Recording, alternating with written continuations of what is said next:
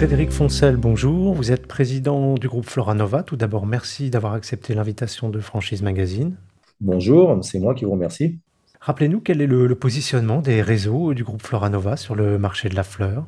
Alors, groupe Floranova, ce sont deux enseignes, enseigne Le Jardin des Fleurs et enseigne Oya Fleur, qui ont des positionnements un peu différents, de telle manière à ce qu'on puisse proposer à un même franchisé dans la même ville de pouvoir se positionner sur deux enseignes différentes pour se faire de la propre concurrence, de l'autoconcurrence, et éviter d'avoir un concurrent qui arrive sur son territoire géographique.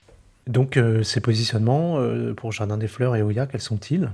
Plutôt sur des axes entrants et sortants de villes, dans des agglomérations de 25 à 30 000 habitants. Et ensuite, on a à côté Oya Fleur, qui, tout à l'inverse, est plutôt un concept de magasin où on va accessoiriser énormément la fleur, où on va la présenter de manière beaucoup plus typée fleuristerie, avec un emplacement dédié plutôt centre-ville, à côté de métiers de bouche, de boucher, de pâtissiers, de fromagers, dans des quartiers très axés centre-ville. Donc vous voyez que c'est vraiment deux axes complètement différents. C'est l'art et la manière d'acheter la même fleur au même endroit, dans le même état, et de la transformer de manière différente pour la vendre de manière différente. Quels sont vos objectifs de développement pour ces enseignes dans les mois qui viennent? Alors écoutez, le développement, c'est évidemment le nerf de la guerre de toutes les têtes de réseau. On a effectivement nos objectifs comme tous. Alors, donner des objectifs chiffrés est peut-être un peu compliqué. En tous les cas, on a quatre axes qui peuvent nous permettre de se développer. L'axe de franchise, qui reste l'ADN du réseau Floranova. L'axe des salariés, qui reprennent les magasins de leurs propres patrons. C'est un axe qui nous est vraiment très cher. On a plein d'exemples sur le territoire de salariés qui sont devenus à leur tour franchisés. Et notre rôle en tant que franchiseur, c'est de leur donner un vrai coup de main, évidemment technique, mais beaucoup plus sur le back-office et sur toutes les questions liées au financement. Et on a même des outils qui nous permettent aujourd'hui de faciliter les choses pour un salarié qui aurait une forte capacité technique et intellectuelle à devenir un franchisé, mais qui serait un peu limité dans ses moyens. Et donc, du coup, on a des mécanismes aujourd'hui qui peuvent permettre à un salarié d'accéder à la franchise et à l'entrepreneuriat, même si tenté, il n'avait pas tout à fait les moyens de le faire. Ensuite, on a un troisième axe, c'est l'axe des magasins filiales, puisqu'on a 25% de notre parc de magasins aujourd'hui qui représente une centaine de magasins sur le territoire que l'on détient en propre. Et donc, on peut être intéressé ici et là, en fonction des dossiers que l'on nous présente, de venir gonfler ce parc de magasins filiales, succursales. Et puis, le quatrième pilier est un pilier qui nous est également cher chez nous.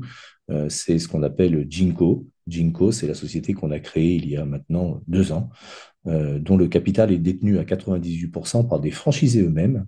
Et ça nous permet de reprendre des magasins, de les transformer, de les basculer sous enseigne et les franchisés, en gros, pour résumer cette aventure entrepreneuriale commune, ils mettent un peu d'argent dans un pot commun, ils confient la gestion à Floranova, la tête de réseau, pour gérer le quotidien de leur investissement.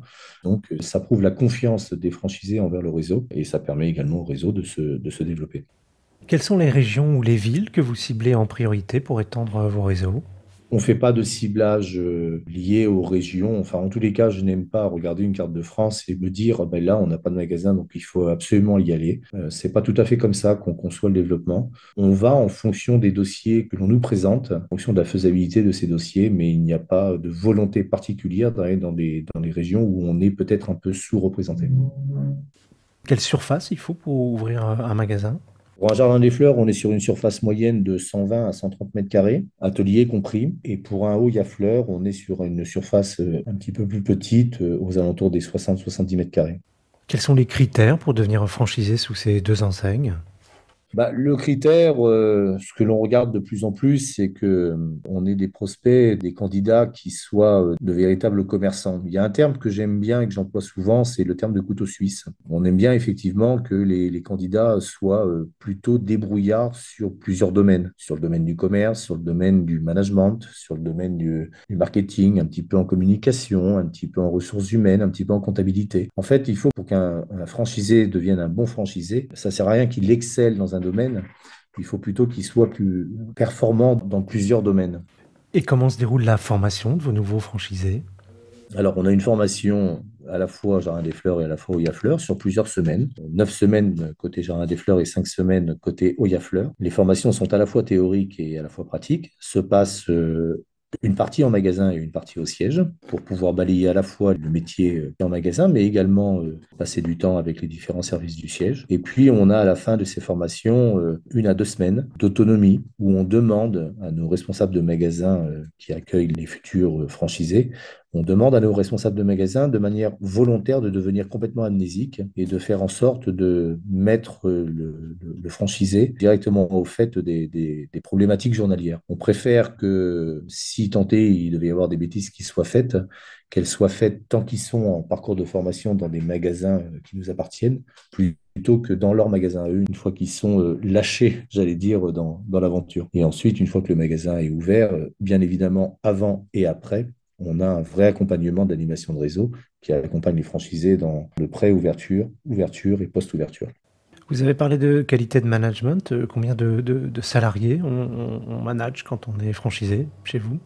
Quand on est franchisé Jardin des Fleurs, on manage une équipe qui va de 3 à 6 personnes en moyenne, en plus du franchisé. Et quand on est côté Oya Fleurs, on a des équipes qui vont de 1 à 3 personnes.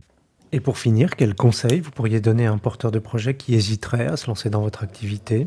Le conseil que je pourrais donner, c'est que l'activité sectorielle qu'on vit actuellement est le meilleur signe qu'on puisse donner à un futur entrepreneur qui se poserait des questions de savoir dans quel secteur d'activité il va pouvoir aller entreprendre. Le monde de la fleur, c'est un métier un peu vieux comme le monde, mais aujourd'hui, on fait plus que résister, puisque dans le monde du retail, nous sommes à des secteurs qui s'en sortent le mieux. C'est-à-dire qu'on a la chance aujourd'hui d'afficher des progressions de chiffre d'affaires positives, malgré toutes les difficultés que l'on rencontre actuellement, liées aux coûts énergétiques qui augmentent, aux problématiques de pouvoir d'achat, aux différents mouvements qu'on a eus ces derniers temps avec les manifestations liées directement aux retraites et ce genre de choses. Et nous, de manière assez paradoxale, on a des chiffres qui se comportent plutôt très très bien, ce qui prouve la grande résilience de ce marché de la fleur. Et en tous les cas, nos deux enseignes, Jardin des Fleurs et Oya Fleurs, aujourd'hui ont une activité qui se porte très très bien sur un métier qui est pas le plus nouveau du monde, mais qui sera encore dans nos villes dans 20 ou 30 ans, ça j'en suis persuadé.